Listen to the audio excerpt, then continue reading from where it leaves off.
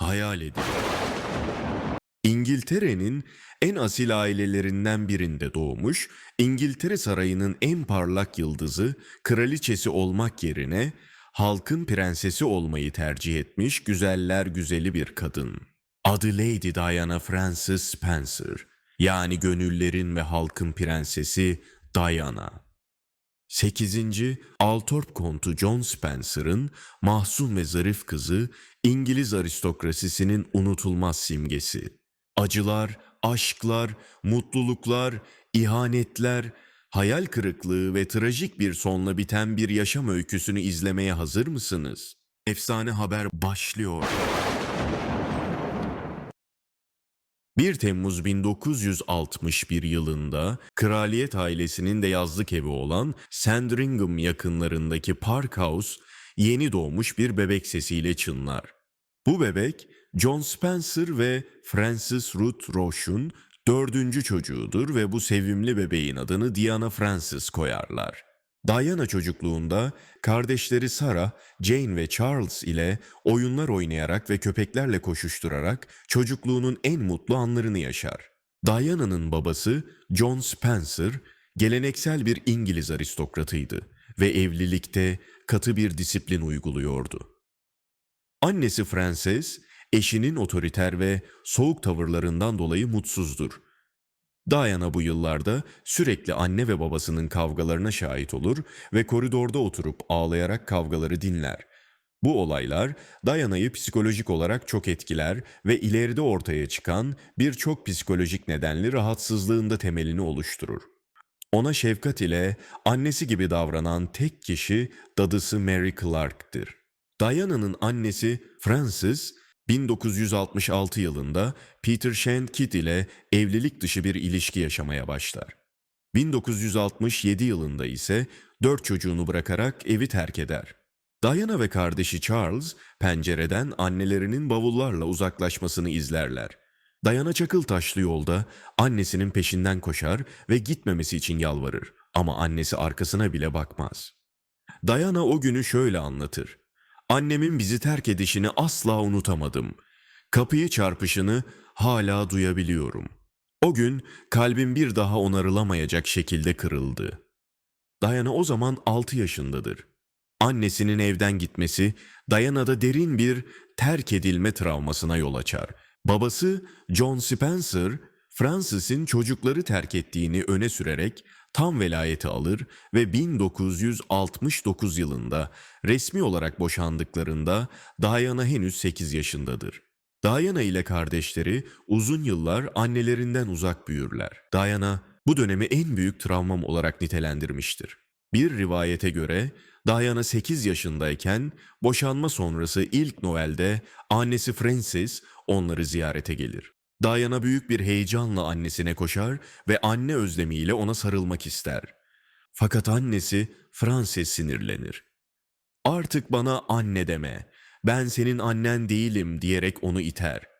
Bu olay Diana'da travmaya sebep olur ve hayatı boyunca birileri tarafından sevilme isteği duyar. İnsanların kendisini sevmesi için çabalar. Babası da sevgisini dolaylı olarak gösteren birisidir ve Diana çok mutsuzdur. Bir gün okulda en mutlu gününüzü anlatın diye verilen bir ödeve şöyle yazar: "En mutlu günüm dadımın bana sarıldığı ve sen özelsin dediği zamandı. Çünkü bunu annem hiç söylemedi." Bir arkadaşına yazdığı mektupta çocukluğunu şöyle özetlemişti: "6 yaşında öğrendim ki sevgi kapıyı çarpan bir annenin ardından baka kalmaktır. 10 yaşında öğrendim ki babam bile olsa insanlar senin acını görmemek için ellerinden geleni yapar."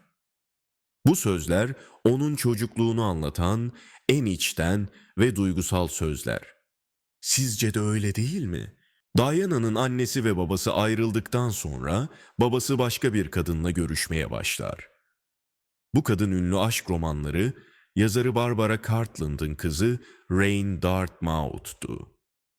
Önceleri sadece geceleri evlerinde kalan bu kişiyi annesinin yerini aldığı için Diana hiç sevmez ve tavırları ile de bunu belli eder.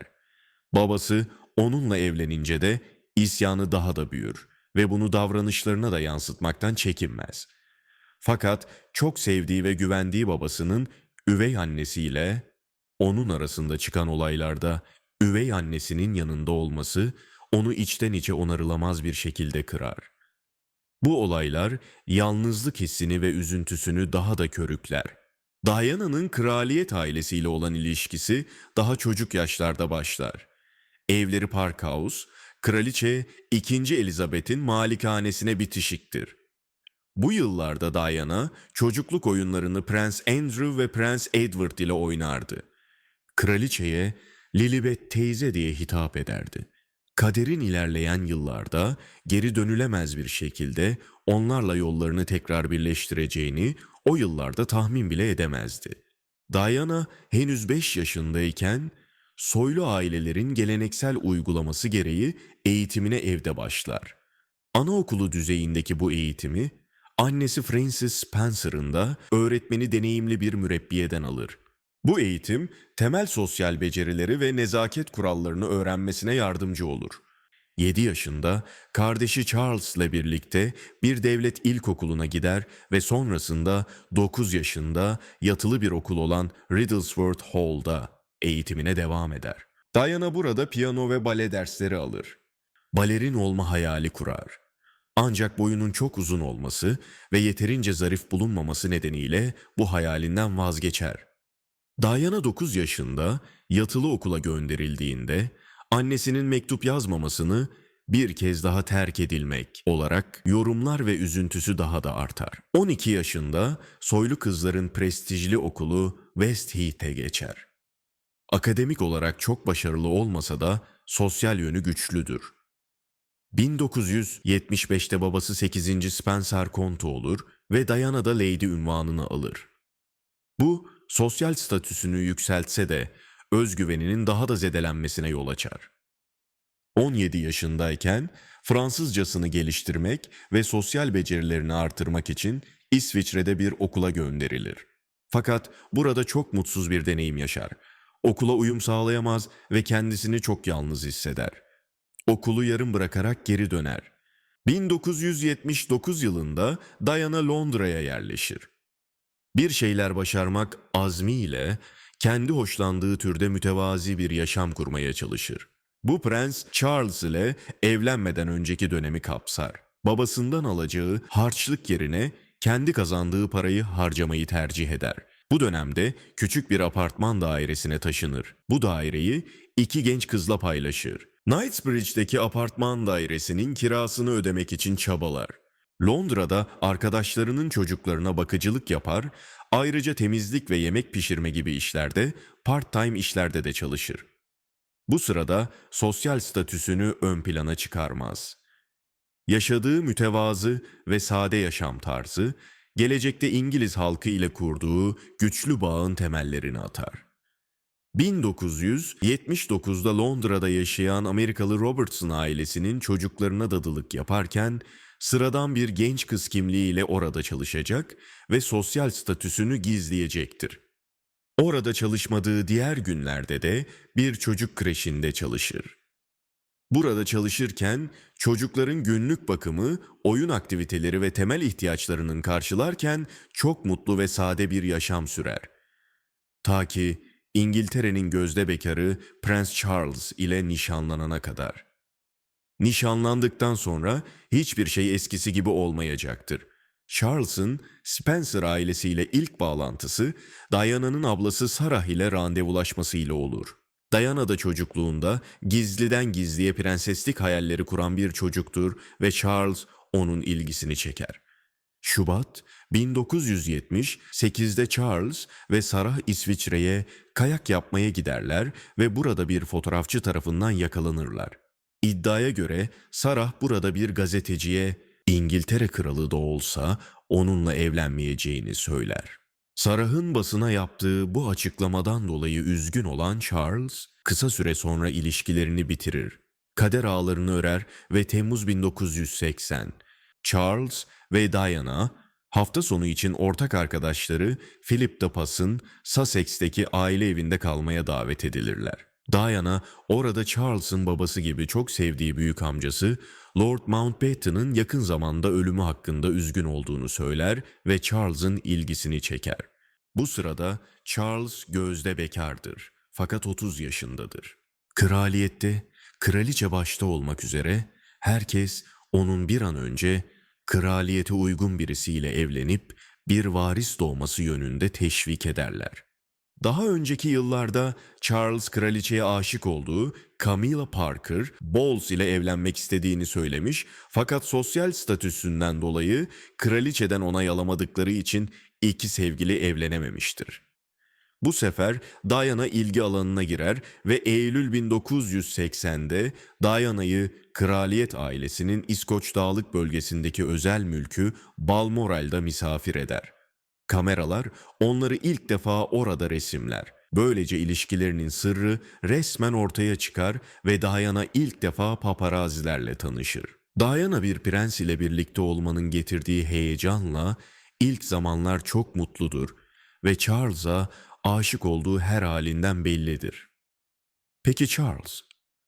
Kocaman bir soru işareti. Kraliyetin de baskısı ile Şubat 1981'de Prens Charles, Diana'ya Windsor Kalesi'nin fidanlığında evlenme teklif eder. Diana mutlulukla hemen teklifi kabul eder. Hayallerinin prensine nihayet kavuştuğunu düşünür. Acaba öyle mi olmuştur? 24 Şubat'ta çiftin nişanlandıkları resmen tüm dünyaya duyurulur. Prenses Diana'nın nişan yüzüğü tarihteki en ünlü mücevher parçalarından biridir. 14 tektaş pırlanta ile çevrili 12 karatlık mavi safir ikonik hale gelmiştir. Diana Prens Charles'la nişanlandığında yüzüğünü kraliyet mücevherlerinin içinden değil, kraliyet mücevhercisi Garard'ın parçaları arasından seçer. Fiyatı 47 bin sterlin, o dönemde yaklaşık 60 bin dolar olan bu yüzük lüks bir parçaydı. İlginç bir şekilde Diana'nın yüzüğünü tasarlayan kuyumcu, Prens Albert'in 1840 yılında Kraliçe Victoria'ya hediye ettiği safir ve elmas broştan ilham alır. Kraliçe Victoria bu broşu düğün gününde mavi bir şey olarak takmıştı. Bu broşu Kraliçe II. Elizabeth de birçok etkinlikte severek kullanmıştır. Basının 19 yaşındaki bu genç ve masum kıza olan ilgisi had safhaya ulaşır. Bir muhabir bir röportajda birbirlerine aşık olup olmadıklarını sorduğunda Diana aşık olduğunu hemen onaylarken Charles aşık olmak ne demekse diye ünlü yanıtını verir. Diana ile aralarındaki mesafe ilk o zaman başlar. Siz ne dersiniz? Diana ve Charles kısa bir süre görüştükten sonra Charles nişanlısını geride bırakarak Mart 1981'de 5 haftalığına Avustralya ve Yeni Zelanda'ya uçar. Paparaziler Charles'dan ayrılırken Diana'yı Heathrow havaalanında ağlarken görüntüler. İlk zamanlar herkes üzgün olduğu için ağladığını düşünse de gerçek çok farklıdır. Charles ayrılmadan önce hala kopamadığı sevgilisi Camilla Parker Bowles ile bir telefon görüşmesi yapmış ve bunu öğrenen Diana kalp kırıklığı ve hayal kırıklığı ile gözyaşlarını tutamamıştır. Diana hiçbir şeyin masallardaki gibi olmadığını kısa bir süre sonra ne yazık ki çok acı bir şekilde anlar. Fakat artık her şey için çok geçtir. Ok yaydan geri dönüşü olamayacak şekilde fırlamıştır. 1981 yılında tüm dünya nefesini tutmuş kraliyet düğününü beklerken Diana'nın hayal kırıklıkları katlanarak devam eder. Charles'ın Camilla için özel olarak yaptırdığı bilekliği öğrenince düğünden vazgeçme düşüncesi kafasında belirmeye başlar. Ancak kız kardeşinin ona söylediği gibi iptal etmek için artık çok geçtir. Tarih 29 Temmuz 1981'i gösterdiğinde sadece İngiltere'nin değil tüm dünyanın nefesini tutarak beklediği, milyonlarca kişinin canlı olarak televizyonlarından izlediği muhteşem kraliyet düğünü gerçekleşir. Diana, tasarımcılar Elizabeth ve David Emanuel imzalı bir gelinlikle Londra'daki Aziz Paul Katedrali'nin koridorunda yürürken şahane güzelliğiyle tüm dünyayı kendine hayran bırakır. Diana'nın gelinlik tasarımcıları Aylar süren yoğun bir çalışmanın ardından Diana'ya 10 bin inciyle süslenmiş ve el işlemeli ipekten yapılmış 25 metrelik bir duvağa sahip tafta ve puf kollu bir gelinlik tasarlarlar. Gelinliğin o dönemde 115 bin dolara mal olduğu söylenir. Gelinlikle birlikte taçlar da muhteşem bir düğünde önemli bir rol oynar. Prenses Diana düğününde Spencer ailesine ait tacı ile şahane güzelliği ve zarafetini tamamladı. Diana düğün günü tören alanı olan Aziz Paul Katedrali'ne atlı bir araba ile gelir. Yakında felç geçiren babası koridorda onu yalnız bırakmaz. Koridorda yürürken davetliler arasında Camilla'nın orada olup olmadığını gözleriyle arar ve onu seyirciler arasında beyaz elbisesiyle otururken fark eder. Diana'nın kalbi bir kez daha kırılır. Şahane kraliyet düğünü balkondan halkı selamlamaları ile son bulur. Prens Charles ve Prenses Diana düğünlerinin ardından kraliyet yatı Britanya ile herkes tarafından romantik olacağı düşünülen balayı yolculuğuna çıkarlar. Ancak dünyanın daha sonra öğreneceği gibi yolculuk Diana'nın planladığı gibi aşk tatili olmaz. Diana büyük bir hayal kırıklığı yaşar. Çift Cebeli Tarık'tan yola çıkarak Tunus, Cezayir, Sicilya, Yunan adaları, Mısır ve İskoçya gibi yerleri kapsayan fırtınalı bir seyahate çıkar. Prens Charles balayına giderken yanında bol miktarda malzeme götürmüş, yanına sulu boyalarını, birkaç tuvalini ve bol miktarda kitap almıştır. Ancak bu durum Prenses Diana'nın pek hoşuna gitmez. Oturup kendisiyle konuşmak yerine başını kitaplardan birine gömmeyi tercih etmesine içerler ve aralarında pek çok tartışma yaşanır. Diana eşinin seçtiği aktivitelerden sıkılmış ve hayal kırıklığına uğramış olsa da balayı sırasında ortaya çıkan bir diğer sorun da Prens Charles'ın eski kız arkadaşı ve şimdiki eşi Camilla'dır. Balayında Diana, Charles'ın Camilla'nın ona verdiği kol düğmelerini taktığını ve günlüğünde onun bir fotoğrafını görür. Onunla hala görüşüyor olduğunu anlamak Diana'nın psikolojisini çok etkiler. Bu gibi durumlar daha önce de kendisinde görülen bulimia nevroza hastalığının tekrar tetiklenmesine neden olur. 1982 yılında çiftin ilk çocukları Prens William dünyaya gelir. Bu mutlu olaydan sonra maalesef Diana doğum sonrası depresyonuna girer. O dönemlerde yataktan çıkamayacak kadar kötü psikolojidedir. 1984'te çift ikinci çocukları Prens Harry'i kucaklarına alır. Ama bu mutlu günde Charles Harry'nin kızıl saçlarına bakarak kızıl mı oldu diye söylenecektir. 1986'ya gelindiğinde Diana evliliğinde Camilla'nın ağırlığını iyice hisseder ve bunu daha fazla kaldıramaz. Bu yıl içinde Camilla ile Charles yeniden birlikte olmaya başlar. Diana çok üzgün ve çaresizdir. Bu arada Diana'nın ordu yüzbaşısı James Hewitt ile ilişkisinin de benzer bir dönemde başladığı iddia edilmektedir. Yıllar içinde aralarındaki sorunlar büyüyerek artar. 1988 yılında Diana anlaşmaya dönüşen masalsı bir evliliği yürütmeye kendisini zorlamaktadır. Mayıs 1992'ye gelindiğinde Andrew Morton, Diana, Gerçek Hikayesi adlı kitabını yayınlar.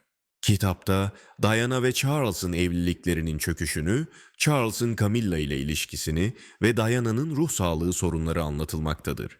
Diana'nın mutsuzluğunu ortaya çıkaran kitap, medyada fırtınaya neden olur. Kitap, Charles ve Diana'nın masalsı bir evlilikten çok uzak olduğunu açıkça ortaya koyar. Charles'ın da bir muhabire Diana ve kendisi arasındaki uyumsuzluktan dert yandığı söylenir. Diana evliliğindeki büyük çalkantılara rağmen yaşamı boyunca hayırseverliğiyle ön plana çıktı. 1980'lerin ortalarından itibaren çok sayıda hayır kurumuyla daha fazla ilişki kurmaya başladı. Dünyanın birçok yerinde çalışmalarda bulundu. Birçok kişinin hayatına ve yaşamına dokundu ve halkın kalplerin prensesi oldu. Aralık 1992'ye gelindiğinde Başbakan John Major, Avam Kamerası'nda çiftin dostane bir şekilde ayrıldığını açıklar. Ayrılıklarının üzerinden 2 yıl geçtikten sonra Charles, Highgrove'daki malikanesinde televizyonda yayınlanan bir röportaj için oturur ve Diana'yı aldattığını itiraf eder. Charles'ın röportajıyla aynı gün Diana ikonik intikam elbisesiyle dışarı çıkar. 20 Kasım 1995'te gazeteci Martin Bashir BBC'de Diana ile röportaj yapar. Diana Charles'ın Camilla ile olan ilişkisine atıfta bulunarak şunları söyler. Bu evlilikte 3 kişiydik, o yüzden biraz kalabalıktı. Bu görüşme dönüm noktası olur. 20 Aralık'ta Buckingham Sarayı, kraliçenin Charles ve Diana'ya mektup göndererek boşanmalarını tavsiye ettiğini açıklar. Charles kısa bir süre sonra yazılı bir açıklamayla boşanmayı resmen kabul eder.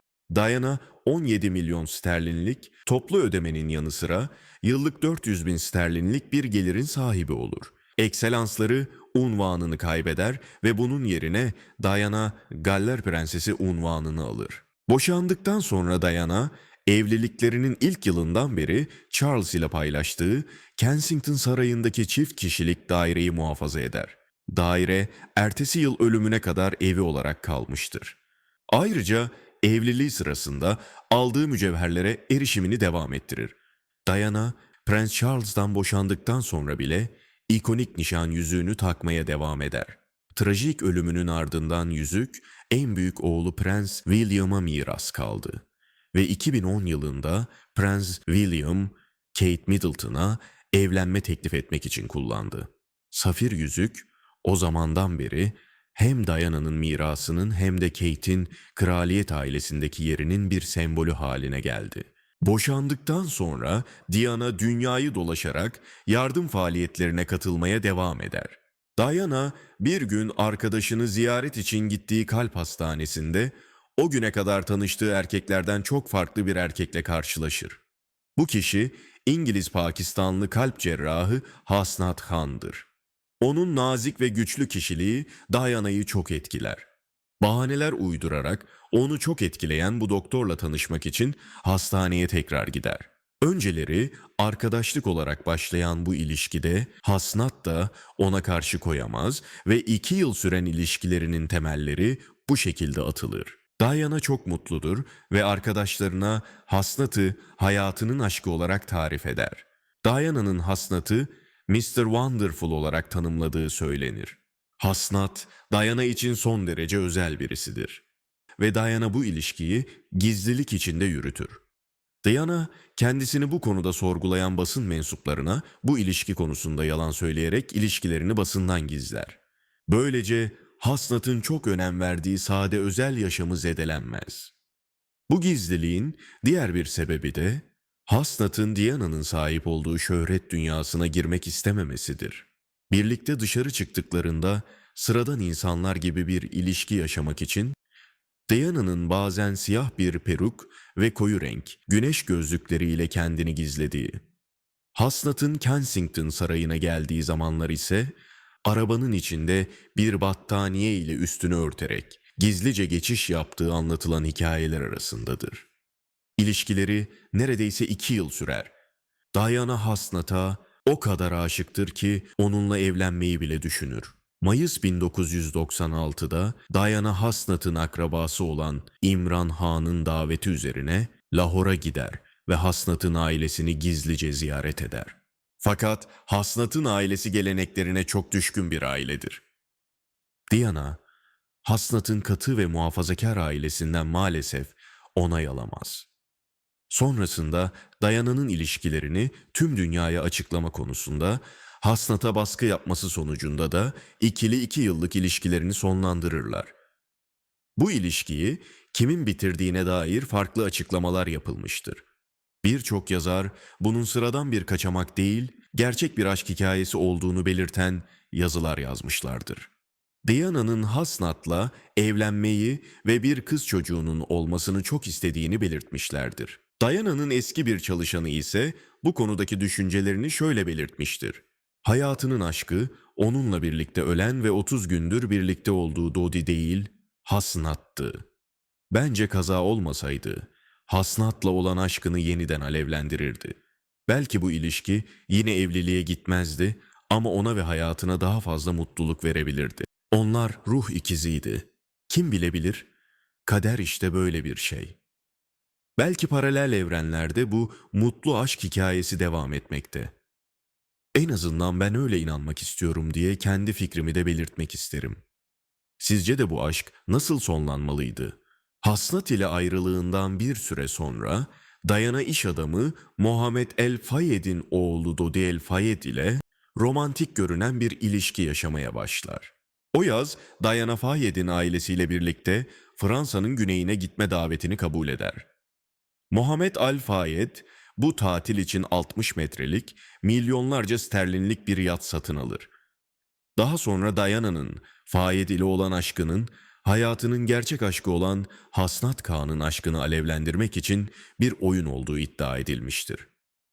31 Ağustos 1997'de o kara günde dünya çok acı bir haberle sarsılır.